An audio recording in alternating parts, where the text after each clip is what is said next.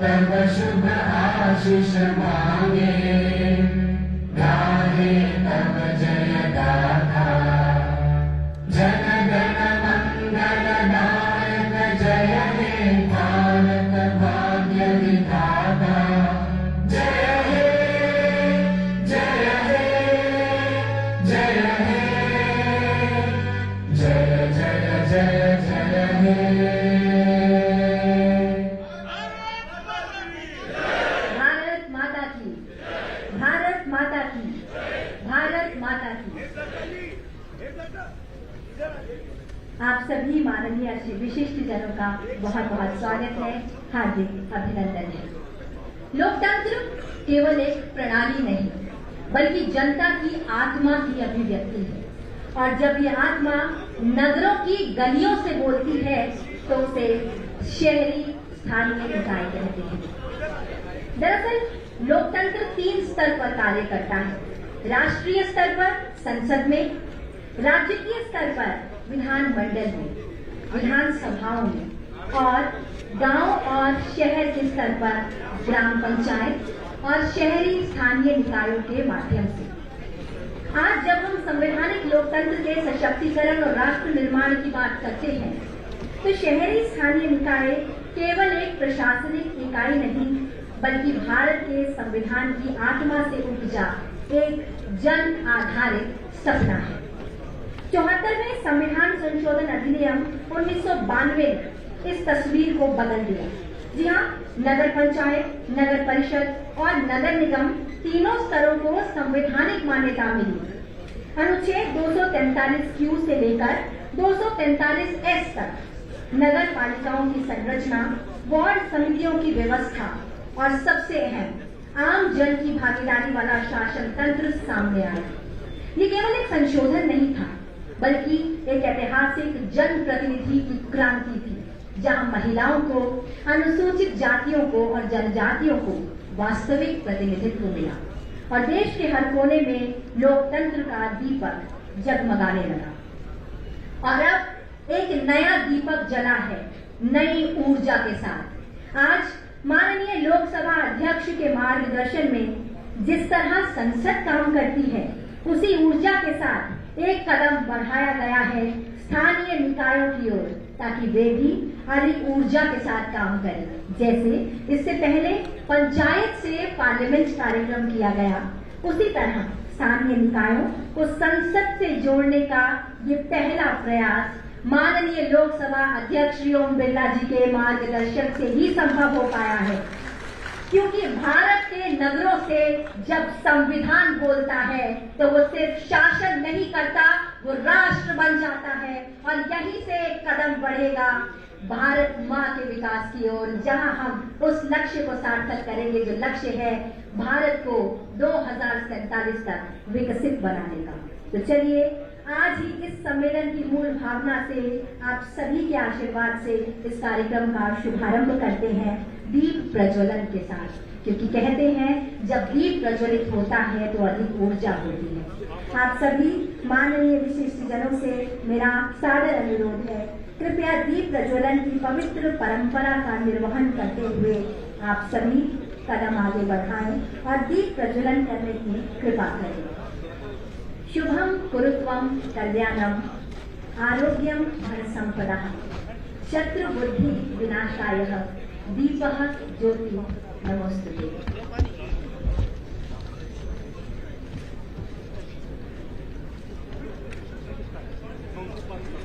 और हरियाणा की धरा से ये नया आगाज, अंधकार से प्रकाश की ओर आगे बढ़ने का आगाज, एक नया आगाज जहां से हम भारत माँ के विकास की ओर नया कदम बढ़ा रहे हैं। विकसित भारत 2047 की ओर लगातार बढ़ते जा रहे हैं। सविता देव अमंगल जो, उसको हमसे दूर करो, जो कुछ मंगल है उससे तुम हम सबको भरपूर करो।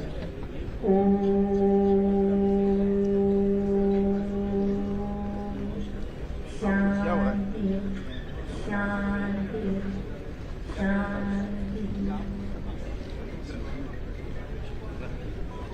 दीप प्रज्वलन के इस पावन अवसर के बाद हम मंच पर उपस्थित हमारे विशिष्ट अतिथियों का सम्मान करेंगे, अभिनंदन करेंगे और सर्वप्रथम आदर पूर्वक आमंत्रित करेंगे मंच पर माननीय लोकसभा अध्यक्ष श्री ओम बिरला जी को। और मैं सादर अनुरोध करूंगी हरियाणा विधानसभा के माननीय अध्यक्ष श्री हरविंदर कल्याण जी से कि आप उनका अभिनंदन करें, उनका स्वागत करें।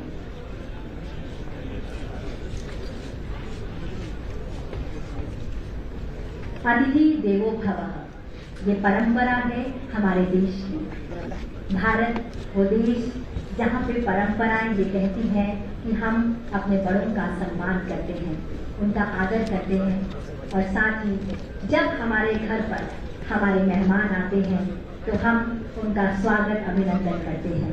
इसी के साथ हरियाणा विधानसभा के माननीय अध्यक्ष श्री हरविंदर कल्याण जी एक कदम प्रकृति की ओर बढ़ाने का संदेश देते हुए साथ ही अभिनंदन करते हुए माननीय लोकसभा अध्यक्ष श्री ओम बिरला जी का।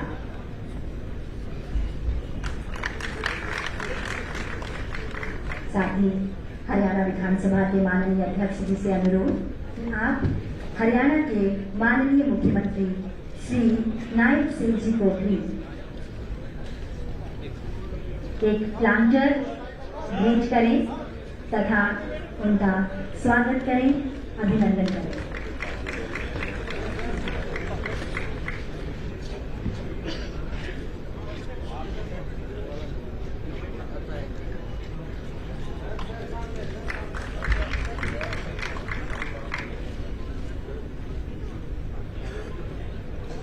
और अब मैं सादर अनुरोध करूंगी हरियाणा विधानसभा के उपाध्यक्ष श्री कृष्णलाल मिड्ढा जी से कि आप हरियाणा सरकार में मंत्री श्री राव नरवीर जी को प्लांटर भेंट करें तथा उनका स्वागत करें, अभिनंदन करें।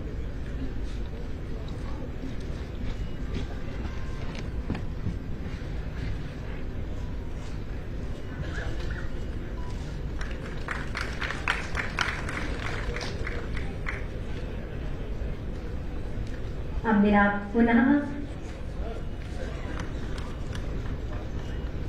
बहुत बहुत स्वागत है मान्यवर। अब मेरा पुनः अनुरोध आपसे हरियाणा विधानसभा के उपाध्यक्ष श्री कृष्णलाल मिड्ढा जी आपसे कि आप हरियाणा सरकार में मंत्री श्री विपुल गोयल जी का स्वागत करें, अभिनंदन करें। ये प्लांटर सिर्फ एक भेंट नहीं बल्कि एक संदेश है कि आइए हम एक कदम बढ़ाएं प्रकृति की ओर और मिशन लाइफ को अपनाएं। पुनः मान्यवर आपसे अनुरोध लोकसभा सचिवालय के महासचिव श्री उत्पल कुमार सिंह जी का औपचारिक स्वागत करें और उन्हें प्लांटर तथा शॉल भेंट करें।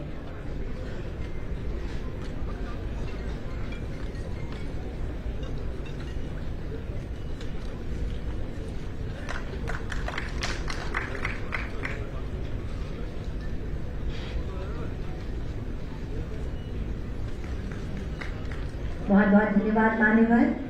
मेरा आपसे पुनः सादर अनुरोध है कि हरियाणा विधानसभा के माननीय अध्यक्ष श्री हरविंदर कल्याण जी का स्वागत करें तथा उन्हें प्लांटर तथा शॉल भेंट करें।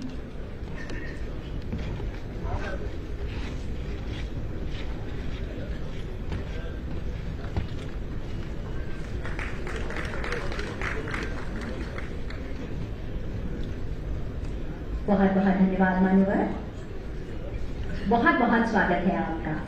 मैं मंच पे बुलाना चाहूंगी डॉक्टर सतीश कुमार जी को, सचिव हरियाणा विधानसभा। कृपया मंच पर आए तथा हरियाणा विधानसभा के उपाध्यक्ष श्री कृष्णलाल मिड्ढा जी का औपचारिक रूप से स्वागत करें, अभिनंदन करें तथा यहाँ से एक संदेश दें कि हम सभी प्रकृति की ओर कदम बढ़ाएं, मिशन लाइफ को अपने जीवन में लाएं और अतिथि देवो भव की भावना के साथ मान्यवर आपका सादर स्वागत, अभिनंदन। सौंदर्य, गरिमा और आत्मीयता से संपन्न यह अभिनंदन हमारी लोकतांत्रिक परंपरा की उज्जवल झलक है। पुनः आप सभी माननीय विशिष्ट अतिथियों का हार्दिक स्वागत है, अभिनंदन है। अब मैं सादर अनुरोध करूंगी हरियाणा विधानसभा के माननीय अध्यक्ष श्री हरविंद्र कल्याण जी से कि आप अपने विचारों से इस गरिमामयी सभा में सभी का स्वागत करें। हरियाणा विधानसभा के माननीय अध्यक्ष श्री हरविंद्र कल्याण जी।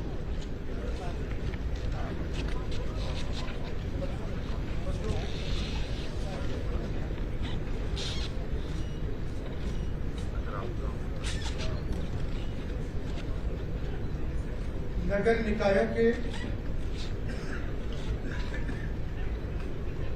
सभी प्रतिनिधियों व अध्यक्षों के इस राष्ट्रीय सम्मेलन में मंच पर उपस्थित हमारे बहुत ही आदरणीय माननीय लोकसभा अध्यक्ष श्री ओम बिरला जी, हरियाणा के लोकप्रिय मुख्यमंत्री श्री नायब सिंह सैनी जी, हरियाणा विधानसभा के माननीय उपाध्यक्ष श्री डॉक्टर कृष्ण मिड्डा जी, हरियाणा सरकार में cabinet minister urban local bodies Shri Vipul Goyal ji, Haryana सरकार के cabinet minister Rao Narbir Singh ji, secretary general Lok Sabha, इस सम्मेलन में उपस्थित सभी सांसदगण, हरियाणा सरकार के मंत्रीगण, सभी विधायकगण और देश भर से सभी राज्यों से आए हुए नगर निकाय के सभी मेयर, सभी प्रतिनिधिगण, सभी अधिकारीगण, मीडिया के सभी साथियों, आज जिस धरती से भगवान श्री कृष्ण ने पूरी दुनिया को गीता और कर्म का संदेश दिया, ऐसी हरि की धरा से, पावन धरा से हरियाणा के अंदर आज इस सम्मेलन का आयोजन हो रहा है। इस सम्मेलन में सभी माननीय जनप्रतिनिधिगण और सभी आए हुए डेलीगेट्स, मैं सभी का बहुत बहुत स्वागत, अभिनंदन करता हूं। ये हरियाणा विधानसभा के लिए और हरियाणा राज्य के लिए एक बहुत बड़े गर्व की बात है कि लोकसभा द्वारा आयोजित प्रथम ऐसा राष्ट्रीय सम्मेलन जो कि नगर निकाय अर्बन लोकल बॉडीज को लेकर इसका आयोजन किया गया है, उसके आयोजन की जिम्मेवारी हरियाणा विधानसभा को मिली है। इसके लिए मैं माननीय लोकसभा अध्यक्ष श्री ओम बिरला जी का बहुत बहुत आभार व्यक्त करता हूं। इस सम्मेलन का उद्देश्य यह समझाना है कि शहरी स्थानीय निकाय हमारे देश के लोकतंत्र को मजबूत बनाने के लिए और राष्ट्र निर्माण के लिए किस प्रकार से एक प्रभावी भूमिका अदा कर सकते हैं। इस सम्मेलन का यह भी उद्देश्य है कि शहर के कामकाज के नाते सभी शहरी निकाय, सभी संस्थाएं किस प्रकार से बेहतर, जिम्मेदार और जनता की जरूरतों के हिसाब से मजबूत बन सकती है। यह मंच हमें शहरी विकास की चुनौतियों पर विचार करने और समाधान खोजने का अवसर देता है। मुझे आशा है कि इस संवाद से शहरी शासन को बेहतर बनाने की दिशा में ठोस सुझाव और नई नीतियां निकलेंगी। इस सम्मेलन में विभिन्न राज्यों द्वारा अपनाई गई जो गुड प्रैक्टिसेस है उनका प्रदर्शन भी किया जाएगा और साथ ही साथ विभिन्न ऐसे जुड़े हुए विषयों का उनके ऊपर वर्कशॉप भी कंडक्ट की जाएगी और उनके ऊपर संवाद भी होगा। मैं माननीय लोकसभा अध्यक्ष श्री ओम बिरला जी का विशेष रूप से यहां पधारने पर अभिनंदन करता हूं, स्वागत करता हूं। सर, आपके मार्गदर्शन और प्रयासों से देश की संसद, देश के सभी राज्यों के विधानमंडल और निकायों के बीच में अच्छा संवाद और सहयोग ये बढ़ रहा है। ये 2 दिवसीय सम्मेलन निश्चित रूप से इस दिशा में मील का पत्थर साबित होगा। आपने संसदीय परंपराओं को मजबूत करने और सभी विधायिकाओं को एक साथ काम करने के लिए प्रेरित किया है। जहां माननीय प्रधानमंत्री जी का विजन है एक देश एक विधायिका, आपने उस सोच को आगे बढ़ाने का जो कार्य किया है और जिस प्रकार से आप लगातार इस दिशा में प्रयासरत हैं, आपकी ये सोच है कि सभी विधायी संस्थाएं, चाहे वो संसद है, चाहे राज्यों के विधानमंडल है या स्थानीय निकाय हैं, सभी मिलकर एक मजबूत और जिम्मेवार लोकतंत्र बनाने का काम करें। सर, आपकी दूरदर्शी सोच हमें लगातार प्रेरणा देती है। मैं स्वागत करना चाहूंगा हरियाणा के लोकप्रिय मुख्यमंत्री श्री नायब सिंह जी का, जिनके नेतृत्व में निरंतर हरियाणा प्रदेश विधायिका की अच्छी नीतियां बने उस दिशा में आगे बढ़ रहा है। मैं माननीय अध्यक्ष जी को बताना चाहूंगा कि जिस प्रकार से पटना पीठासीन अधिकारियों के सम्मेलन में जो प्रस्ताव पारित हुए थे, माननीय मुख्यमंत्री जी ने अपने बजट भाषण के अंदर उसका उल्लेख भी किया, उसका समर्थन भी किया और साथ ही साथ ये आश्वासन भी हरियाणा विधानसभा को दिया कि इस पहल को हरियाणा विधानसभा जिस प्रकार से भी आगे बढ़ाना चाहे, सरकार की तरफ से पूरा समर्थन और सहयोग जो है वो मिलेगा। सर, माननीय मुख्यमंत्री जी ने इस सम्मेलन को लेकर जब मैंने उनको जानकारी दी कि लोकसभा इस प्रकार के एक सम्मेलन का आयोजन कर रहा है और उसमें हरियाणा सरकार का पूरा सहयोग उसकी जरूरत होगी, तो मुख्यमंत्री जी का जो पहला रिएक्शन था, उन्होंने कहा कि ये हरियाणा राज्य के लिए एक बहुत बड़े गौरव की बात है और उन्होंने ये आदेश दिया कि किसी भी प्रकार की कोई कमी इस आयोजन में ना रहे और आज का जो ये भव्य आयोजन है उसके लिए मैं पुनः हरियाणा के मुख्यमंत्री नायब सिंह जी का आभार व्यक्त करता हूं। लोकसभा द्वारा आयोजित ये यूएलबी कॉन्फ्रेंस जनप्रतिनिधियों को उनके अधिकारों, जिम्मेवारियों और भूमिकाओं की बेहतर समझ देने के लिए आयोजित किया गया है। प्रयास ये है कि विधायिका जनहित से जुड़े कानूनों और नीतियों पर सोच विचार करने का एक मजबूत मंच बने, जहां संवाद बेहतर हो तथा सार्थक संवाद के माध्यम से अच्छे समाधान निकले और जनहित में सरकारें अच्छे फैसले लें।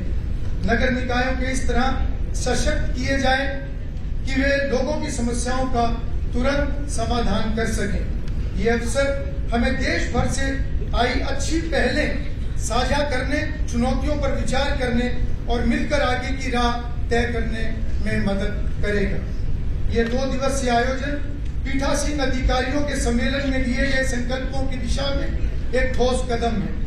मैं माननीय अध्यक्ष महोदय को ये बताना चाहूंगा कि ये एक ऐसी पहल है जिसके बहुत दूरगामी परिणाम होंगे और हरियाणा प्रदेश आने वाले समय में इस पहल को आगे बढ़ाने का काम करेगा, जिसके लिए एक रोड मैप हरियाणा राज्य में विधानसभा द्वारा तैयार किया जा रहा है, जिसमें नगर निकाय के साथ साथ पंचायती राज, सहकारी संस्थाएं तथा साथ ही साथ समाज के विभिन्न वर्ग, विशेष रूप से महिलाएं और युवा, उनके सम्मेलनों का आयोजन किया जाएगा।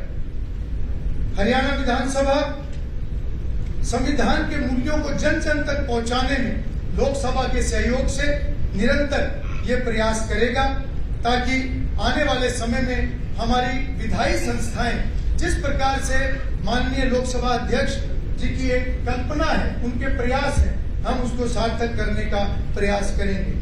अंत में मैं फिर से हरियाणा राज्य के सभी माननीय सांसद, सभी मंत्री, सभी विधायकगणों का तथा देश भर से पधारे सभी नगर निकायों के जनप्रतिनिधि और अधिकारी गणों का हृदय से हरियाणा विधानसभा की तरफ से, हरियाणा राज्य की तरफ से स्वागत करता हूं। आप सभी ने इस ऐतिहासिक सम्मेलन को में सक्रिय भागीदारी करके इसको ऐतिहासिक बनाने का काम किया है, इसकी गरिमा को बढ़ाने का काम किया है। मैं केवल इतनी उम्मीद के साथ अपने वक्तव्य को समाप्त करूंगा कि हम सब यहाँ से ये संकल्प लेकर जाएंगे कि संवाद केवल शब्दों तक सीमित न रहे, बल्कि एक स्थायी बदलाव और सशक्त नगर निकायों की स्थापना की दिशा में आगे बढ़े। इतना कहकर मैं पुनः आप सभी का स्वागत करते हुए अपने वक्तव्य को विराम देता हूँ। बहुत बहुत धन्यवाद। बहुत बहुत धन्यवाद मान्यवर। निश्चित रूप से जब कदम आगे बढ़ते हैं संवाद के साथ, तो सशक्त भारत होना स्वाभाविक ही है। अब मैं सादर अनुरोध करती हूँ लोकसभा के माननीय महासचिव श्री उत्पल कुमार सिंह जी से, जो आपके समक्ष सम्मेलन के कुछ विषयों और कार्यशालाओं की संरचना पर एक प्रस्तुति देंगे। मान्यवर।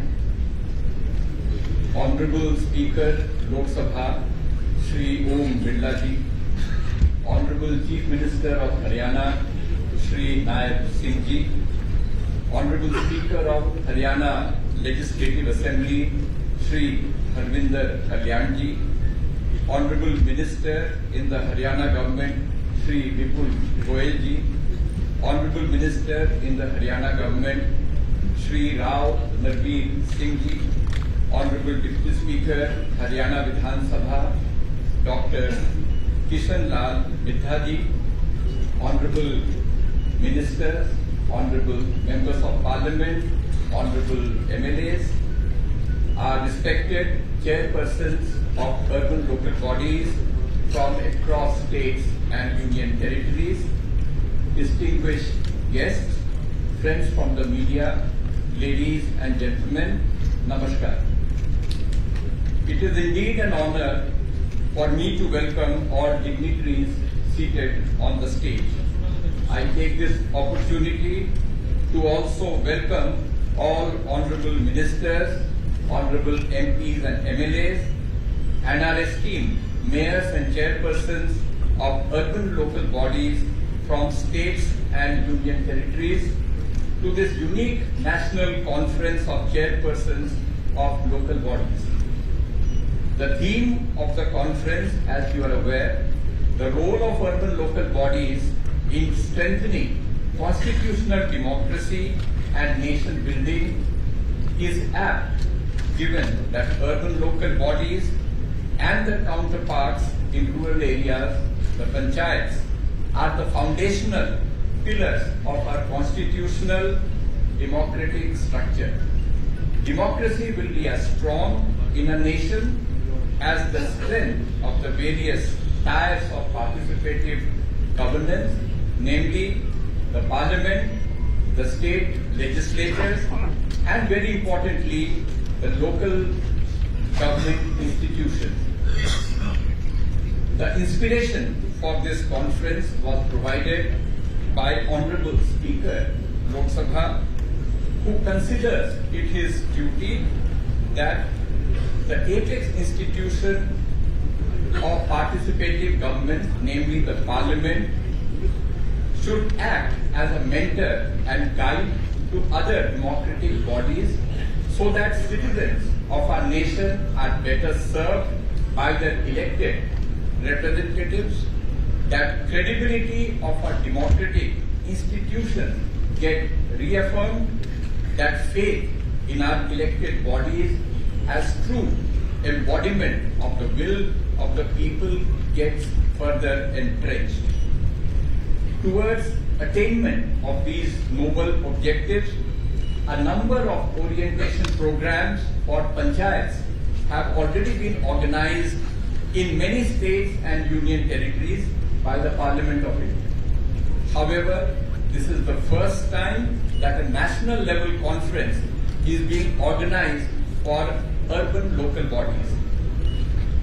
This unique initiative of Honorable Speaker Lok Sabha, which has received the full support of the Honorable Chief Minister and the Government of Haryana, and the Honorable Speaker and the State Assembly of Haryana, will afford an opportunity to leaders of our local bodies to showcase their achievements, interact and exchange ideas, learn from the best practices of their peers, and hopefully develop a virtuous network of local bodies for mutual collaboration in the future. At the end of the inaugural function today, a series of presentations by mayors of municipal corporations have been organized. These presentations will allow them to share experience about the exceptional work which has been done in their cities and towns. Hopefully, these ideas will provide some food for thought for others and help trigger new ideas and innovative thinking for adaptation in their jurisdiction. Ladies and gentlemen, to make the event truly participative and also to provide all delegates with platforms to share their views on some of the key issues of urban governance, 5 sub-themes of contemporary interest and relevance have been selected. These are, first, urban local bodies as foundational pillars of democracy, developing model practices and procedure of conduct of council meetings. 2, urban local bodies as engines of inclusive growth and development, making municipal governance more effective in fulfilling their constitutional mandate. 3, urban local bodies as architects of 21st century India. Contribution in helping achieve the goal of Vikasit Bharat by 2047. Urban local bodies as vehicles of empowerment of women. Role of urban local bodies in grooming women for leadership positions in society and polity. And lastly, urban local bodies as crucibles of innovation and best practices, improving public delivery and quality of lives of citizens. We had requested our delegates to indicate the subject of their preference so that in the post-lunch session, delegates are able to join their selected subgroups and participate in discussion and brainstorming.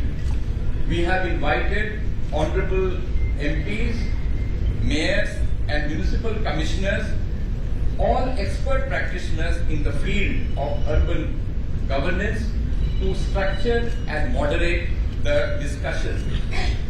Every subgroup is expected to come up with a set of recommendations which will then be presented by the subgroup as an outcome of the conference at the plenary session tomorrow morning. Honorable Deputy Chairman Rajya Sabha, Shri Harivansh Ji, Honorable Minister of Housing and Urban Affairs in the Government of India, Shri Manohar Lal Ji, and Honorable Minister of Urban Development in the Madhya Pradesh Government, Shri Kailash Vijay Vargiya Ji, have graciously accepted our invitation to be present tomorrow for the morning session and share their thoughts and insights.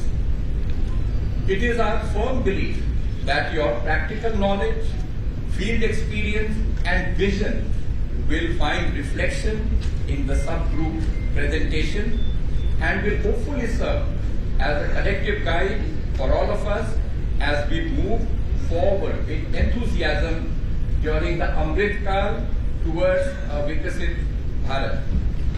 Ladies and gentlemen, I am happy to announce that a post-lunch tour of the Parliament of India has been arranged after the conclusion of the conference on the 4th of July.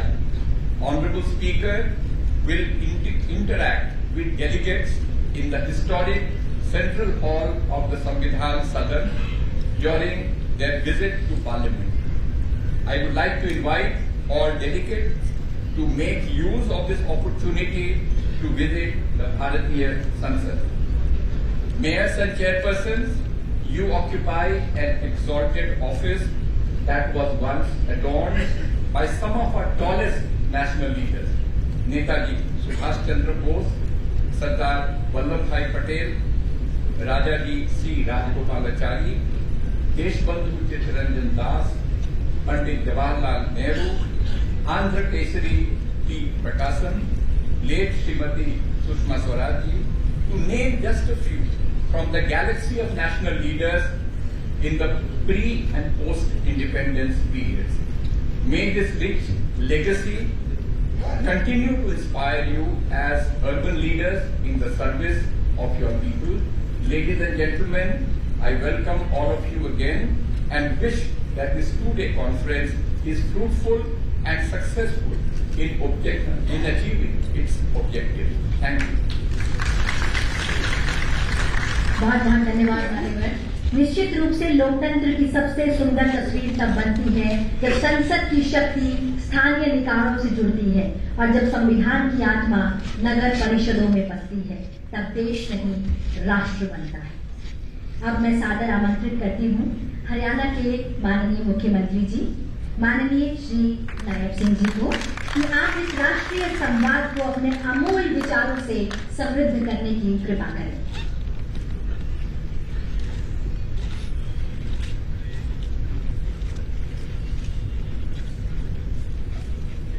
आज हमारा ये बहुत ही गौरव का दिन है। शहरी स्थानीय निकायों के राष्ट्रीय सम्मेलन में आज लोकसभा के माननीय अध्यक्ष इस उद्घाटन सत्र में ओम बिरला जी,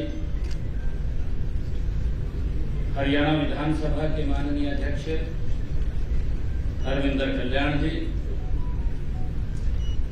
हरियाणा विधानसभा के माननीय उपाध्यक्ष डॉक्टर कृष्ण मिड्डा जी, शहरी स्थानीय निकाय के हमारे मंत्री विपुल गोयल जी, हमारे उद्योग एवं वाणिज्य मंत्री राव नरवीर सिंह जी, लोकसभा के महासचिव उत्पल कुमार सिंह जी और उपस्थित हमारे सभी सांसदगण, हमारे सभी मंत्रीगण, सभी विधायकगण, पूरे देश से आज शहरी स्थानीय निकायों के राष्ट्रीय सम्मेलन में उपस्थित सभी हमारे मेयरगण और सभी अधिकारीगण, आप सबका मैं इस गुरु द्रोणाचार्य की पवित्र भूमि गुरुग्राम में भगवान श्री कृष्ण की ये पवित्र भूमि, इस भूमि पर सर्व मानव जाति के लिए गीता का संदेश दिया, ज्ञान का संदेश दिया, कर्म का संदेश दिया। इस पवित्र भूमि पर आप सब यहाँ पधारे हैं। मैं हरियाणा के 2 करोड़ 80 लाख लोगों की तरफ से आप सबका दिल से स्वागत भी करता हूँ, आप सबका धन्यवाद भी करता हूँ कि आप 2 दिन एक ऐसे विषय को लेकर के चर्चा, विचार और मंथन करने वाले हैं जो एक भारत को विकसित राष्ट्र की तरफ ले जाने का काम करेगा। आज इस उद्घाटन सत्र में हमारे सभी पत्रकार एवं छायाकार मित्र वो भी यहाँ पधारे हैं, उनका भी मैं बहुत बहुत स्वागत करता हूँ, उनका दिल से धन्यवाद करता हूँ। यह विषय हमारे लोकतंत्र की जड़ों को मजबूत करने और माननीय प्रधानमंत्री जी के उस विजन को जो उन्होंने एक संकल्प लिया है, और वो संकल्प लिया है विकसित भारत 2047, उस विजन को साकार करने की ये सम्मेलन राह दिखाता है। मुझे खुशी है कि हमारा देश एक जीवंत लोकतंत्र है। मुझे ये भी खुशी है कि शहरी स्थानीय निकाय इस लोकतंत्र की प्रथम पाठशाला है। लोकतंत्र की जड़ें स्थानीय स्तर पर जितनी गहरी होंगी, हमारा राष्ट्र उतना सशक्त और मजबूत होगा। इसलिए स्थानीय निकायों में भी लोकसभा के सत्रों की तरह यह सत्र बुलाकर स्थानीय मुद्दों पर माननीय अध्यक्ष ओम बिरला जी ने जो स्थानीय जो मुद्दे हैं उन पर गहन मंथन और विचार यहाँ पर होगा। मैं इसके लिए भी आप सबका दिल से धन्यवाद करता हूँ। मुझे ये खुशी है कि माननीय प्रधानमंत्री नरेंद्र मोदी जी ने जब सबका साथ, सबका विकास, सबका विश्वास और सबका प्रयास का मूल मंत्र दिया, तो इसके पीछे उनका उद्देश्य लोकतंत्र के प्रति हर नागरिक को सजग करना है। अब समय है कि हम इस मूल मंत्र को हर नागरिक के कल्याण के लिए आधार बनाएं। इससे आमजन का लोकतंत्र में विश्वास और गहरा होगा। जहां तक नगरों के इंफ्रास्ट्रक्चर की विकास की बात है, तो यह भी नागरिक कल्याण के साथ जुड़ा हुआ मुद्दा है। अच्छा इंफ्रास्ट्रक्चर नागरिकों को आधुनिक सुविधाएं प्रदान करता है। उनको लगता है कि उसने अपने स्थानीय निकाय की बागडोर जिन हाथों में सौंपी है, वो आज उनको उसके सपने वो पूरे होते हुए उनके बीच में दिखाई देते हैं। मेरा मानना है कि विकसित भारत, हमने विकसित हरियाणा, ये विकसित नगरों से ही बनता है। हम सब जानते हैं कि हमने हरियाणा में विजन 2047 के तहत अभी तक से शुरू की गई तैयारियां, हम आज साइबर सिटी गुरुग्राम, जिसमें आज ये सम्मेलन की शुरुआत हुई है, हरियाणा का यह नगर शहरी विकास का एक मॉडल ये नगर है। इसके साथ लगते हम देखते हैं कि 180 किलोमीटर लंबे केएमपी कॉरिडोर के साथ हमने हरियाणा के अंदर एक पंचग्राम की योजना बनाई है। यहां बड़े ग्राम विकसित करने का, आधुनिक शहर बसाने का हमने एक परियोजना पर हम काम कर रहे हैं। यह योजना 2050 तक ये 75 लाख जनसंख्या के लिए बनाई जा रही है। इन शहरों का मास्टर प्लान हमने तैयार कर रहे हैं, ताकि आने वाले समय के अंदर हम ये भी देखते हैं कि आने वाले समय के अंदर जो हमारे शहर हैं, वो लगातार उनमें आबादी बढ़ रही है। और माननीय प्रधानमंत्री श्री नरेंद्र मोदी जी के देश के उस विजन जो उन्होंने कहा है कि हम देश के 100 नगरों को स्मार्ट सिटी बनाने का लक्ष्य आदरणीय प्रधानमंत्री जी ने रखा है। और हमने हरियाणा के अंदर हमारा फरीदाबाद है, करनाल है, इन शहरों को हमने स्मार्ट सिटीज के अंदर हम काम कर रहे हैं। हमने बड़े शहरों के विकास के लिए हरियाणा में 4 मेट्रोपॉलिटन सिटी उस विकास प्राधिकरण भी हमने बनाया है।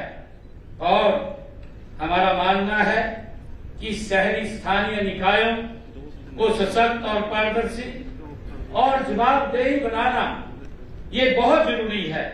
इसके लिए हम हरियाणा में ई गवर्नेंस को तेजी से अपना रहे हैं। हमने हरियाणा में जो हर निकाय में डिजिटल पोर्टल, ऐप और GIS मैपिंग और AI आधारित समाधान हम अपनाए रहे हैं। चाहे संपत्ति कर की बात हो, बिजली के बिल की बात हो, ठोस अपशिष्ट प्रबंधन की बात हो, क्योंकि जो छोटी छोटी समस्याएं हमारे स्थानीय स्तर के ऊपर होती हैं, ये वही सरकार है जो आज यहाँ पर बैठी है, जो आमजन की अपेक्षाओं के ऊपर खरा उतरती है और उनको हम मजबूती से वो सर्विस सेवाएं देने का काम हम करते हैं। और हमने हरियाणा में इसको सिंगल विंडो सिस्टम से जोड़ने का काम वो हमने किया है। और मैं बताना चाहूंगा कि हमने हरियाणा में सभी परिवारों का एक पहचान पत्र भी बनाया है, डेटाबेस हमने खड़ा किया है और इसमें सभी सरकारी योजनाओं के साथ हमने उनको जोड़ा है। अब इन योजनाओं का लाभ नागरिकों के घर के ऊपर ही उनको घर बैठे ही ऑनलाइन उनको वहां पर उपलब्ध हो जाता है, चाहे उसमें प्रॉपर्टी आईडी की बात हो, क्योंकि व्यक्ति ने जो अपना प्लॉट लिया है और वो प्रॉपर्टी आईडी उसको मालूम है कि हमने उसको ऑनलाइन सिस्टम से उन तक पहुंचाया है। और चाहे स्वामित्व योजना के तहत पुराने प्रॉपर्टी विवादों को भी हमने समाप्त किया है। आदरणीय प्रधानमंत्री जी ने पिछले दिनों जो स्वामित्व योजना जो पूरे देश के अंदर चलाई है, उसको हमने हरियाणा के अंदर पूर्ण रूप से लागू किया है।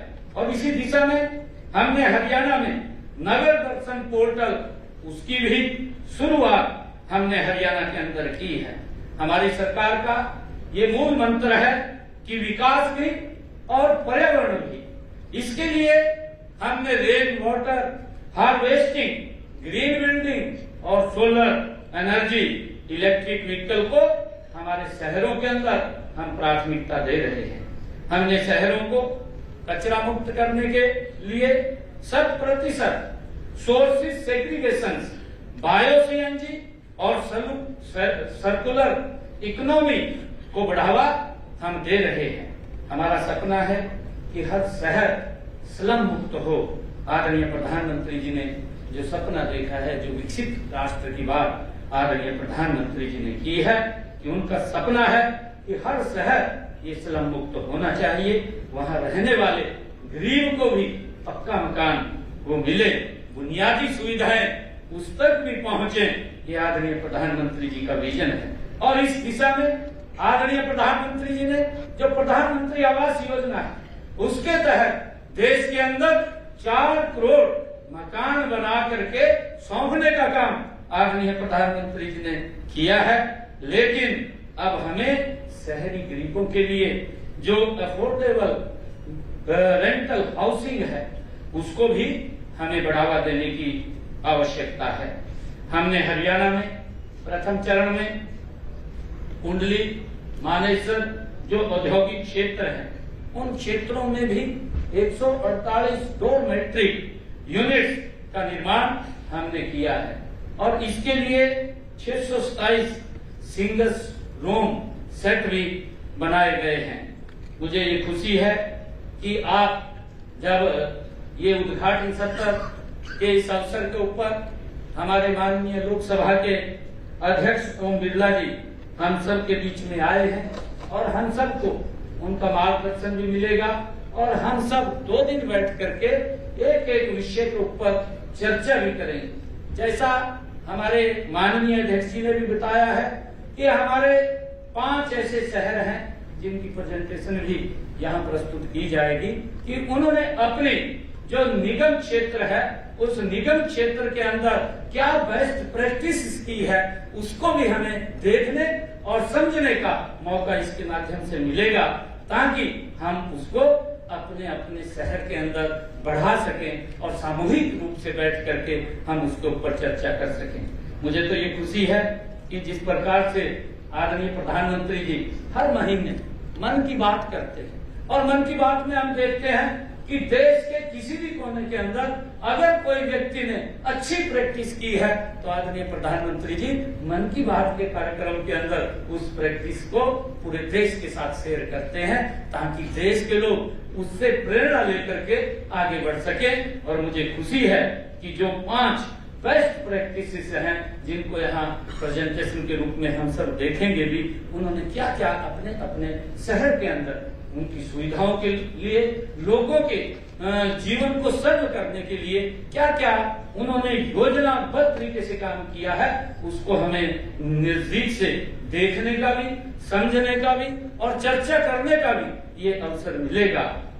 मुझे खुशी है कि आप ही वो शक्ति है जो माननीय प्रधानमंत्री नरेंद्र मोदी जी के विकसित भारत के सपने को आप लोग धरातल पर उतारने वाले हैं। मुझे ये भी खुशी है कि आपसे अपेक्षा है कि आप केवल योजनाएं नहीं बननी चाहिए, योजना को अमली जामा पहना करके धरातल के ऊपर उसको लागू करना चाहिए और हम आंकड़ों में न रह करके परिणाम के अंदर हमें विश्वास करना चाहिए। मुझे खुशी है कि मैं आप सबका एक बार फिर इस हरियाणा की पवित्र भूमि पर आप लोग यहाँ पधारे हैं। मैं पुनः आप सबका बहुत बहुत स्वागत और धन्यवाद करता हूँ। आइए हम सब मिलकर के एक ऐसे विकसित भारत को बनाएंगे जहाँ हर शहर साफ होगा और सुंदर होगा, समृद्ध होगा। आप सब यहाँ पधारे हैं, मैं पुनः आप सबका दिल से बहुत बहुत धन्यवाद करता हूँ। इन्हीं शब्दों के साथ जय हिंद, जय भारत, जय भारत। बहुत बहुत धन्यवाद मान्यवर। निश्चित रूप से हरियाणा की मिट्टी में मेहनत है, नेतृत्व का सपना और विकसित भारत को पूर्ण करने के लिए जो जज्बा है वो साफ दिखाई दे रहा है। और अब मैं उन्हें बुलाना चाहूंगी, वाणी में जिनकी लोकतंत्र की परिपक्वता है, दृष्टि में विकसित भारत का लक्ष्य, जनप्रतिनिधियों के प्रेरणा स्रोत हैं, लोकसभा के माननीय अध्यक्ष।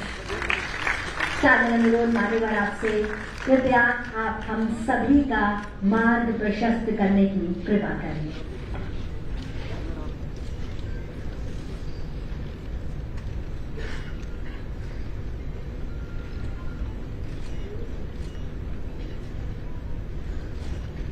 देश भर से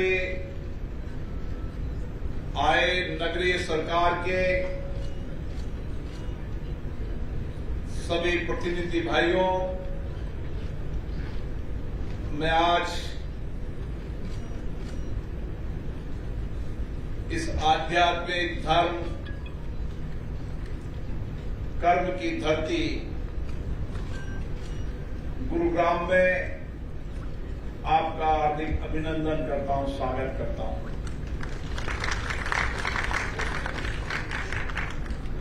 राष्ट्र निर्माण में शहरी निकायों की भूमिका की सार्थक चर्चा के लिए आज यहां पर हम आए हैं और इस कार्यक्रम में हरियाणा के यशस्वी मुख्यमंत्री माननीय नायब सिंह जी सैनी साहब, जिनको राज्य विधानसभा का अनुभव भी है और संसद के रूप में भी उनकी लोकतांत्रिक संस्थाओं में एक लंबा अनुभव है। आज इस कार्यक्रम के आयोजक हरियाणा विधानसभा के अध्यक्ष श्री हरविंदर कल्याण जी, नगरीय नागरिक उड्डयन विभाग के मंत्री मेरे मित्र डॉक्टर विपुल गोयल जी, उद्योग एवं वाणिज्य मंत्री राव नरवीर सिंह जी, विधानसभा के उपाध्यक्ष श्री कृष्णपाल मिड्ढा जी, लोकसभा के महासचिव श्री उत्पल कुमार सिंह जी, संसद में हमारे सहयोगी सांसद, लोकसभा राज्यसभा के माननीय सांसदगण, हरियाणा सरकार के माननीय मंत्रीगण, माननीय विधायकगण और लोकतंत्र की सबसे मजबूत संस्था जो लोकतंत्र को सशक्त और प्रभावी बनाती है, नगरीय सरकार के सभी प्रतिनिधि भाइयों बहनों, आज हम सब राष्ट्र निर्माण में शहरी निकायों की भूमिका की चर्चा के लिए यहां विराजे हैं। हम यहां मिल बैठकर भारत के शहरों के उज्जवल भविष्य और उज्जवल भविष्य के साथ भारत की लोकतांत्रिक संस्थाओं को मजबूत और किस तरीके से शहरी सरकारों के अंदर नए भारत, विकसित भारत के सपनों को साकार करने के लिए आपस में विचार विमर्श, सार्थक चर्चा, संवाद के लिए यहां पर आए हैं। देश भर से आए सभी अलग अलग राज्यों के सभी प्रतिनिधि भाइयों, ये चर्चा और सार्थक चर्चा अपने अपने अनुभव,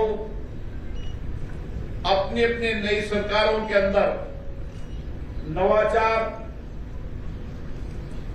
और साझा मिलकर काम करने की इस पद्धति से हम लोकतंत्र के नए विचारों को आगे लेकर नया दृष्टिकोण बनाने का प्रयास करेंगे।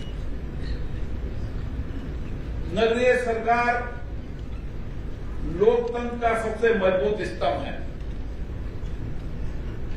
आम जनता की अगर सबसे ज्यादा आवश्यकता या सबसे ज्यादा नजदीकी है, आम जनता से अगर सीधा संवाद है, तो नगरीय सरकार के प्रतिनिधियों से है। गांव के अंदर ग्राम पंचायत के प्रतिनिधियों से है। और हमारी ग्राम पंचायत, हमारी नगरीय सरकार में जितना लोकतंत्र सशक्त होगा, मजबूत होगा, उतने ही हम लोकतंत्र के माध्यम से अपने अपने क्षेत्र की जनता की अपेक्षाएं, आकांक्षाओं को पूरा कर पाएंगे। इससे सामान्य मानवीय लोगों का सबसे नजदीक गहरा रिश्ता और सबसे संवाद आपसे होता है। और इसलिए मेरा मानना है, लोकतंत्र में जिसका सबसे ज्यादा संवाद होता है, उसको लोगों की कठिनाइयां, चुनौतियां, संकट, आपदाओं की सबसे ज्यादा जानकारी होती है। और लोकतंत्र में यही हमारी ताकत है कि हमें क्षेत्र की समस्याओं की जानकारी हो, लोगों के अभावों की जानकारी हो, क्षेत्र के अंदर विकास के पैमाने को तय करने की जानकारी हो। और इसके लिए हमें लगातार आपस में सभी संस्थाओं को चर्चा, संवाद करते रहना चाहिए। और दुनिया के अंदर जब प्रौद्योगिकी के नए युग की शुरुआत हुई है, तो सोशल मीडिया भी एक महत्वपूर्ण और प्रौद्योगिक यंत्र है जिससे हमारा जुड़ाव मजबूत हो सकता है। और इसलिए एक विचार मेरे मन में आया कि जिस तरीके से लोकतंत्र की संस्थाएं हैं, चाहे ग्राम पंचायत है, चाहे नगरीय सरकार है, चाहे विधानसभा है, लोकसभा है, लोकसभा सर्वोच्च संस्था होने के कारण उसकी जिम्मेदारी है कि हमारी नीचे तक की इकाई में हम लोकतंत्र की कार्रवाई पद्धति को और उस सदन की कार्रवाई को, उसकी अच्छी परंपराओं को, श्रेष्ठ पद्धतियों को किस तरीके से आदर्श मापदंड बनाए, ताकि हमारे ग्राम पंचायत के सदन, हमारे लोकतंत्र के अंदर तो जब मदर ऑफ डेमोक्रेसी कहते हैं हम, लोकतंत्र भारत की जननी कहते हैं, तो ग्राम सभाएं महत्वपूर्ण होती थी। इन सभाओं के माध्यम से, समितियों के माध्यम से, चाहे गांव में, शहर में हो, न अदालत हुआ करते थे, न थाने हुआ करते थे, न कोई शासन व्यवस्था हुआ करती थी। लेकिन इन्हीं ग्राम सभाओं के माध्यम से, इन्हीं शहरी समितियों के माध्यम से चर्चा और संवाद के बाद जो निर्णय फैसले होते थे, उसको समाज मानता था। इस परंपरा के लोग भारत में रहते हैं। इसलिए हमारे व्यवहार में, हमारे कार्य में, हमारी पद्धति में हमेशा लोकतंत्र रहता है। और इसलिए जब भी लोकतंत्र को कुचलने का प्रयास किया, देश की जनता ने इसका जवाब दिया है। और इसीलिए हम सबकी जिम्मेदारी हो जाती है कि हम इस लोकतांत्रिक संस्थाओं को और कैसे श्रेष्ठ संस्थाएं बनाएं। जब आपको ये जिम्मेदारी मिली है, हम सबको ये दायित्व मिलता है, तो हम सब मिलकर साझे प्रयास करने की आवश्यकता है। और इसीलिए मेरा मानना है, जिस तरीके से लोकसभा, विधानसभा में सदन चलते हैं, विचार विमर्श करते हैं, मुद्दों पर चर्चा होती है, कानून बनाने पर चर्चा होती है, इसी तरीके से हमारे नगरीय क्षेत्र के अंदर भी हमें हमारी सभाओं के अंदर, हमारी बैठकों के अंदर एक सदन चलाने की एक आदर्श पद्धति बनाने का प्रयास करना चाहिए। जब हमारी सभासद हो, तय समय के अंदर हो, महीने के अंदर हो, 2 महीने में हो, और उसके अंदर दिन भर प्रश्नकाल भी हो, शहर की समस्याओं के 4-5 समस्याओं पर, मुद्दों पर चर्चा भी हो, ताकि एक कार्यपालिका में जवाबदेह हो। जवाबदेही और पारदर्शिता लाना है तो लोकतंत्र को सशक्त, मजबूत बनाना होगा। और इसीलिए जब हमारी इन सभाओं के अंदर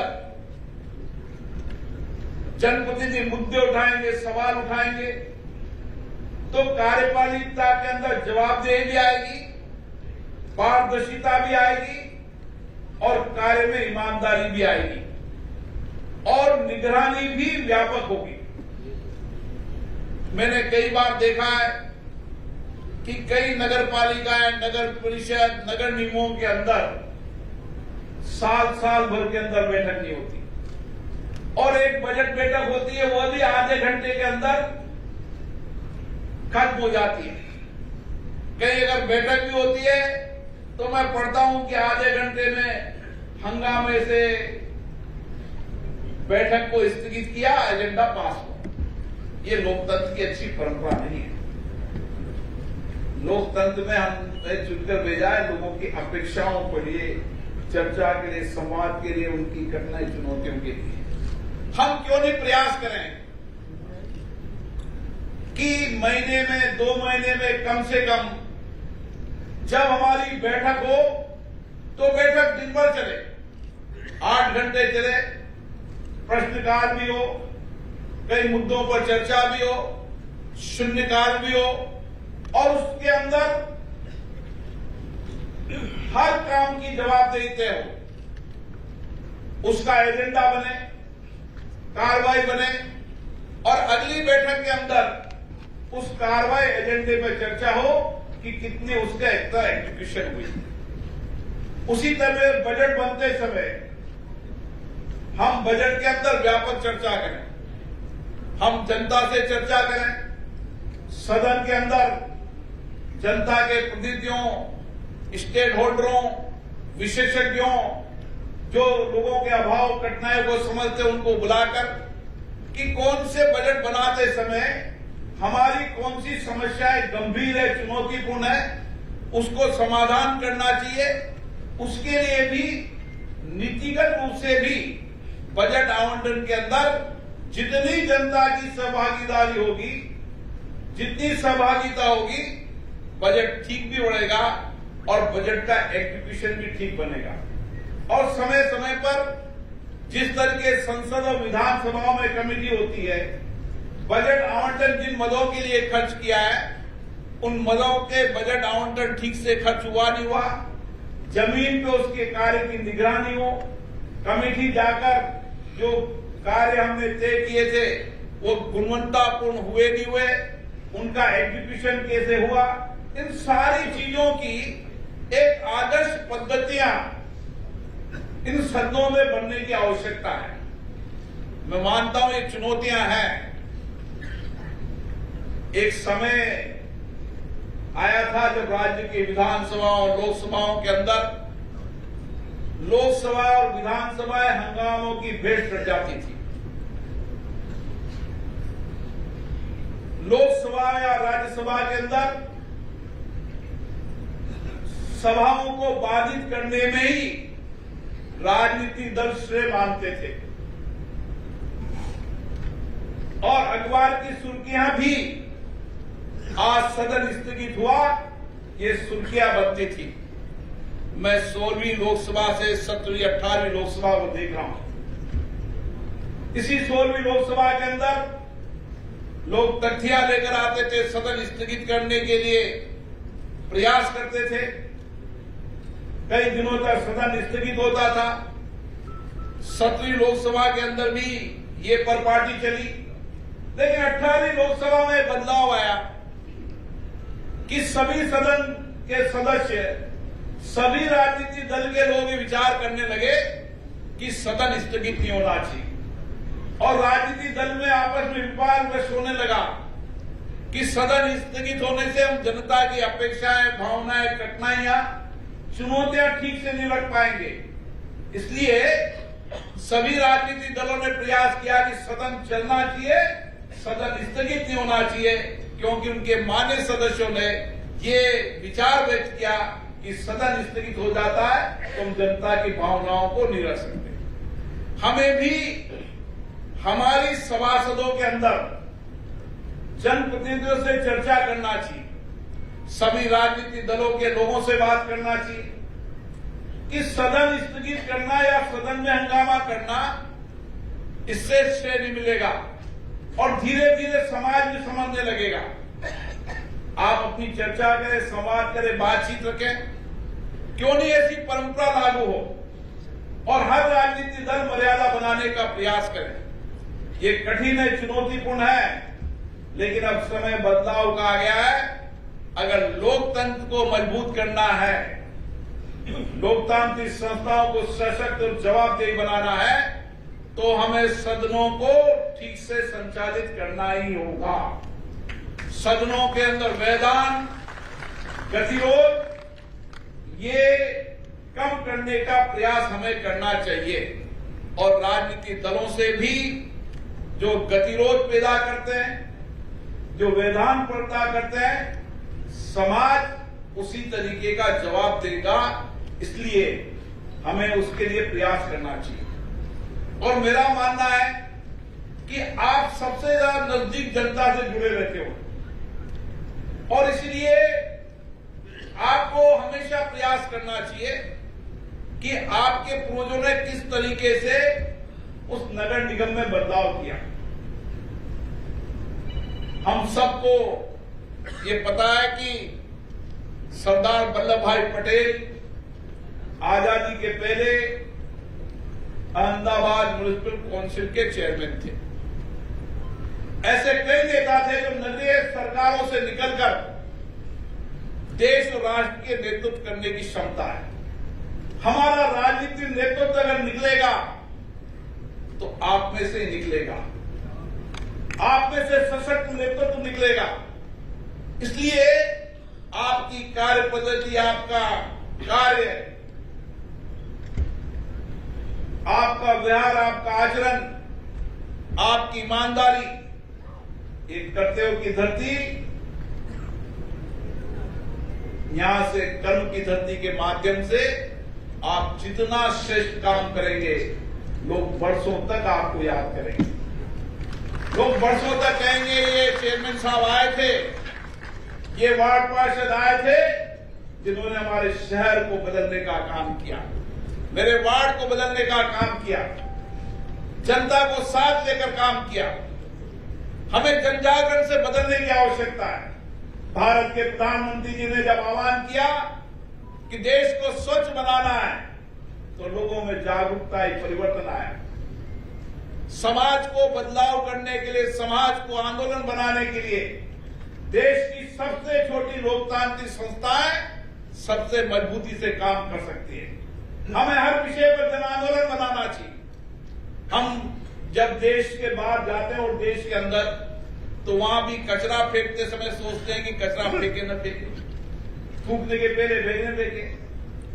हम भी वहां व्यवस्थित जीवन जीते नहीं जीते हैं। और इसलिए मेरा कहना है कि समाज के अंदर जन आंदोलन बनाना, जागरूकता बनाना। मेरा शहर दुनिया का सबसे स्वच्छ शहर हो, जो दुनिया के अंदर स्वच्छता की सर्वश्रेष्ठ पद्धति है, वह पद्धति मुझे लागू करनी है और जनता को जागरूक भी करना है। मुझे मेरे शहर को हरा भरा बनाना है। वायु इंडेक्स के अंदर मेरा शहर सबसे नीचे रहे, इसके लिए मुझे जन आंदोलन बनाना है। एक पेड़ मां के नाम का अभियान जन आंदोलन बन जाए। घर के अंदर, घर के बाहर। आप इसी देश के अंदर आप कर्नाटक में चले जाएं, आप कर्नाटक में देखेंगे वहां पर सरकार के प्रयासों से नहीं, एक जन आंदोलन है। जब आदमी मकान बनाता है, उसके पहले पेड़ लगाता है। मैं यहां देखता हूं, आदमी 10 करोड़ के पेड़, 10 करोड़ का मकान बना देगा, लेकिन 10 लाख पेड़ लगाने पर खर्च नहीं करेगा। ये एक अच्छी परंपरा नहीं है। ये लोगों की मानसिकता को बदलना है। और जो समाज का नेतृत्व करता है, जो सामाजिक कार्यकर्ता होता है, समाज का नेतृत्व करने की क्षमता होती है, वही शहर को बदलने की क्षमता उसमें है। और ये जिम्मेदारी आपको मिली है कि समाज ने आपको बहुत अपेक्षाएं, आकांक्षाओं से चुनकर भेजा है। हमें हमारे सदन को कार्य पद्धति और कार्य व्यवहार से भी बदलना होगा और मेरे शहर को जन आंदोलन से स्वच्छ, हरा भरा और जो कुछ भी चुनौतियां हैं, आपदा संकट है, मुझे मेरे कार्यकाल में उनके समाधान करना है। आज मुझे खुशी है कि कई राज्यों के अंदर हमारी महिलाएं बेहतरीन नेतृत्व कर रही है। कई राज्यों में 50% है, कई 33% है। और इसलिए महिलाओं के नेतृत्व क्षमता के अंदर बढ़ोतरी हुई है। और आने वाले समय में तो राज्य विधानसभाओं के अंदर भी 33% महिलाओं का आरक्षण होने जा रहा है। और इसीलिए हमें महिला नेतृत्व को बढ़ाने के लिए, महिलाओं का नेतृत्व हमेशा संवेदनशील होता है। संवेदना उनके कार्य में होती है, व्यवहार में होती है, आचरण में होती है, उनके जीवन में होती है। इसलिए आने वाले समय के अंदर महिला नेतृत्व भी इन्हीं नगर पालिका, नगर परिषद, नगर निगमों से निकलेगा। मेरा मानना है कि हम सबकी बड़ी बड़ी जिम्मेदारी है, जहां एक तरफ लोकतंत्र को सशक्त बनाने की, संवाद और चर्चा की, दूसरी तरफ लोगों की अपेक्षाएं, आकांक्षाओं को पूरा करने की। और इसीलिए ये 2 दिन के सदन की पहली परंपरा है। और मैं इसके लिए राज्य के मुख्यमंत्री जी को भी धन्यवाद दूंगा, विधानसभा अध्यक्ष को भी धन्यवाद दूंगा। और मैं राज्य के सभी विधानसभा के अध्यक्षों से आग्रह करूंगा कि वह सभी अपने अपने राज्यों के अंदर जिस नगर पालिका, नगर परिषद, नगर निगम में सदन चलाने की श्रेष्ठ परंपरा है, जहां सदन पूरे दिन चलता है, 2 दिन तक चलता है। कई बार आपने देखा होगा कि लोकसभा की कार्रवाई 2:30 बजे तक चली, 3 बजे तक चली। हमारा सदन क्यों नहीं चले? हमारे सदनों में क्यों नहीं चर्चा हो? सब प्रश्नकाल हो तो प्रश्नकाल की जवाब दे, अधिकारी जवाब देगा।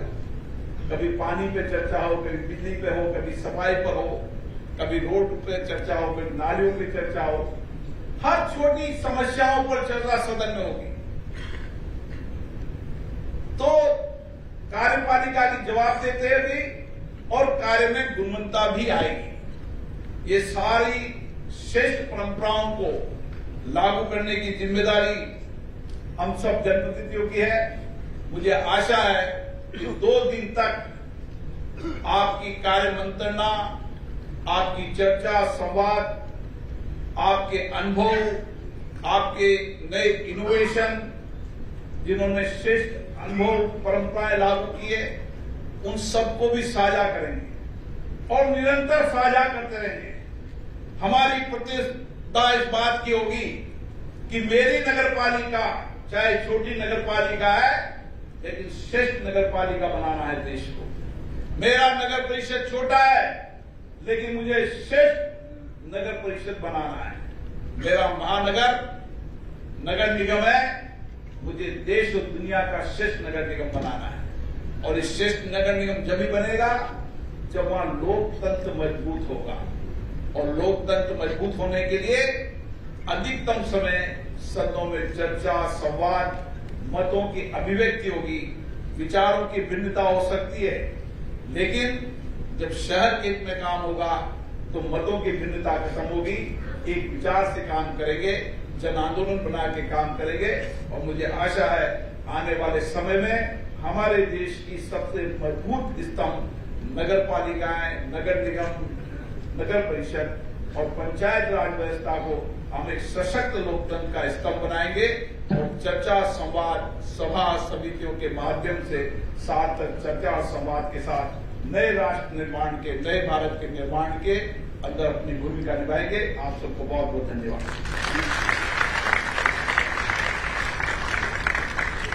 बहुत बहुत धन्यवाद मान्यवर। निश्चित रूप से ये जो मार्ग आपने हम सभी को दिखाया है, उस मार्ग पर चलकर ये वादा है आपसे कि श्रेष्ठ होगा हर नगर, श्रेष्ठ होगी हर पंचायत, श्रेष्ठ होगा हर राज्य, क्योंकि एक भारत श्रेष्ठ भारत है। और निश्चित रूप से आज यहाँ से कदम बढ़ चले हैं एक साथ विकसित भारत की ओर। बहुत बहुत धन्यवाद मान्यवर। और अब इस गरिमामयी उद्घाटन सत्र के समापन की ओर बढ़ते हुए हम सभी उन व्यक्तियों का आभार प्रकट करते हैं जिनके मार्गदर्शन से ये मंच साकार हुआ है। हरियाणा सरकार के माननीय शहरी स्थानीय निकाय मंत्री श्री विपुल गोयल जी से सादर अनुरोध है कि मान्यवर कृपया मंच पर आए तथा आप धन्यवाद ज्ञापन प्रस्तुत करने की कृपा करें। आज यहाँ अर्बन लोकल बॉडीज के रिप्रेजेंटेटिव की कॉन्फ्रेंस के इस विजन के लिए और जिस तरीके से लोकतंत्र के मंदिर लोकसभा को, उसकी कार्रवाई को सशक्त करने के लिए जाने जाने वाले ओम बिरला जी आज यहाँ पर लोकतंत्र की सबसे छोटी बट महत्वपूर्ण इकाई को सशक्त करने का जो विजन को साकार करने के लिए आपने हरियाणा चुना और हरियाणा के अंदर इस विजन को लेकर आए, उसके लिए मैं आपका हृदय की गहराइयों से बहुत बहुत स्वागत, बहुत बहुत अभिनंदन करता हूं। और आज इस कॉन्फ्रेंस को अपनी अनुमति देने के लिए और इस कॉन्फ्रेंस को सक्सेस करने के लिए स्वयं यहाँ पर पधारे हरियाणा के यशस्वी मुख्यमंत्री, जिन्होंने कोऑपरेटिव फेडरलिज्म को तो गति देने का काम किया ही किया। और मान्यवर, मैं आपको बताना चाहूंगा कि 2047 का जो माननीय मोदी जी का विजन है, उसको साकार करने के साथ साथ उसमें सहभागिता दिखाने के लिए एक डिपार्टमेंट ऑफ फ्यूचर जो नया डेवलप किया है, ऐसे मुख्यमंत्री का मैं यहाँ पर बहुत बहुत धन्यवाद करता हूँ और बहुत ही गर्व अनुभव करता हूँ कि ऐसी पद्धति और ऐसे विजनरी मुख्यमंत्री की टीम में मुझे काम करने का सौभाग्य प्राप्त हो रहा है। तो इसके साथ साथ मैं आज यहाँ पर हरियाणा के विधानसभा के स्पीकर हमारे भाई अरविंदर कल्याण जी, जिन्होंने विधानसभा की कार्यवाही को तो सशक्त किया, लेकिन आज इस छोटी इकाई को भी सशक्त करने के लिए स्वयं यहाँ पर उपस्थित है और पूरे इस कार्यक्रम को कई दिन से स्वयं अपनी देखरेख के अंदर आगे बढ़ाने का काम कर रहे हैं। और मैं यहाँ पर कैबिनेट में मेरे साथी भाई राम नरवीर सिंह जी और उपाध्यक्ष कृष्णलाल मिड्डा जी और जितने भी मंत्रीगण, विधायकगण, सांसदगण यहाँ पर उपस्थित हैं, सभी का बहुत बहुत स्वागत, बहुत बहुत अभिनंदन करता हूँ। और देश भर से आए सभी मेयर एवं चेयरमैनों का मैं हृदय से आभार प्रकट करता हूँ। और मैं समझता हूँ अभी माननीय ओम बिरला जी ने जिस तरीके का मार्गदर्शन हमारा किया, इस लोकतंत्र की छोटी इकाई को हम किस तरीके से मजबूत और सशक्त कर सकते हैं, वो एक बहुत ही अच्छा प्रभाव छोड़ने का काम हमारे ऊपर करेगी, मैं ऐसा समझता हूं। और यहाँ पर लोकसभा के सेक्रेटरी जनरल उत्पल कुमार जी का भी मैं धन्यवाद करता हूं कि वो यहाँ पर आए और सभी को अपना मार्गदर्शन दिया। और जितने भी यहाँ पर हमारे डिपार्टमेंट के यूएनबी डिपार्टमेंट के अधिकारीगण जिन्होंने पिछले 3-4 दिनों से लगकर इस पूरे कार्यक्रम की रचना के अंदर अपना महत्वपूर्ण योगदान दिया, उनका भी मैं धन्यवाद करता हूं। और प्रेस से आए मेरे साथी पत्रकार और छायाकार दोस्तों, उन सभी का बहुत बहुत स्वागत, बहुत बहुत अभिनंदन करता हूं। बहुत बहुत धन्यवाद। जय हिंद, जय भारत। बहुत बहुत धन्यवाद मान्यवर। और सभी जो उपस्थित माननीय विशिष्टजन हैं उनका सम्मान करने हेतु उस धरती से जहाँ पर भगवान श्री कृष्ण ने खुद कहा हो कर्मण्येवाधिकारस्ते मा फलेषु कदाचन, वहाँ से आइए कर्म करने का एक कदम बढ़ाएं। और सादर अनुरोध करती हूँ माननीय विधानसभा अध्यक्ष श्री हरविंद्र कल्याण जी से कि हमारे बीच उपस्थित माननीय लोकसभा अध्यक्ष जी को आप भेंट स्वरूप श्रीमद् भगवद गीता प्रदान करें, क्योंकि ये वो धरती है जहां से भगवान श्री कृष्ण की वाणी गूंजी है, भगवान श्री कृष्ण की वाणी जो आज हम सभी महसूस कर सकते हैं।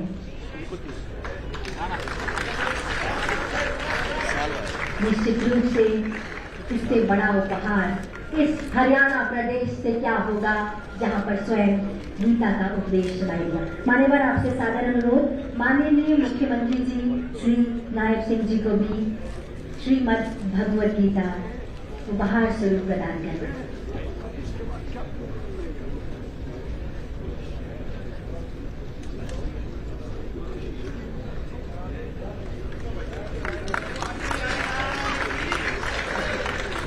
सादर अनुरोध हरियाणा विधानसभा के माननीय उपाध्यक्ष जी श्री कृष्णलाल मिड्ढा जी से कि आप हरियाणा सरकार के मंत्री राव नरवीर जी को कृपया श्रीमद् भगवद गीता प्रदान करने की कृपा करें। ये हमारे भारतीय संस्कार है, ये हमारी भारतीय परंपराएं हैं, ये भारत के मूल में निहित है कि आज भी हमें मार्ग दिखाती है भगवान की वाणी। मान्यवर, आपसे अनुरोध इसी के साथ हरियाणा सरकार के मंत्री माननीय विपुल गोयल जी को भी आप श्रीमद् भगवद गीता प्रदान करने की कृपा करें। श्री कृष्ण गोविंद हरे मुरारे, हे नाथ नारायण वासुदेव। एक मंत्र आगे बढ़ने का। साथ ही मान्यवर, आपसे अनुरोध महासचिव लोकसभा श्री उत्पल कुमार जी को भी आप श्रीमद् भगवद गीता प्रदान करने की कृपा करें।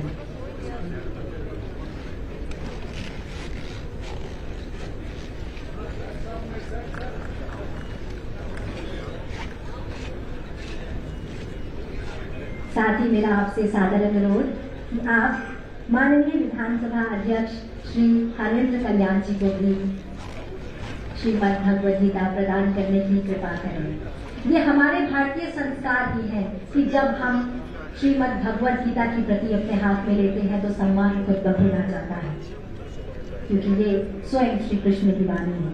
सादर अनुरोध डॉक्टर सतीश कुमार जी, सचिव विधानसभा, आपसे कि आप माननीय उपाध्यक्ष हरियाणा विधानसभा श्री कृष्णलाल मिड्ढा जी को आदर सहित श्रीमद् भगवद गीता प्रदान करने की कृपा करें।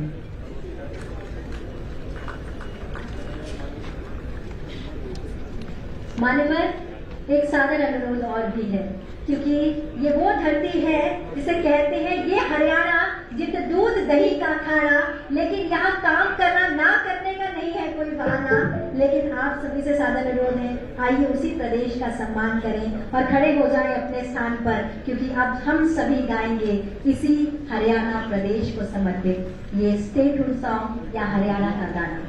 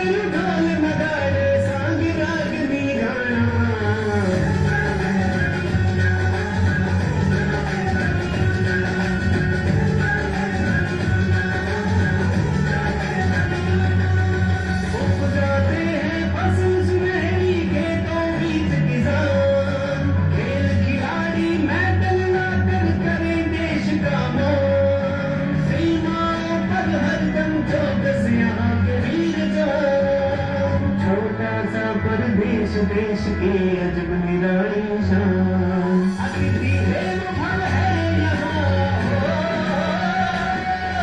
अतिथि देवो भव है यहाँ, सेवा धर्म निभाना।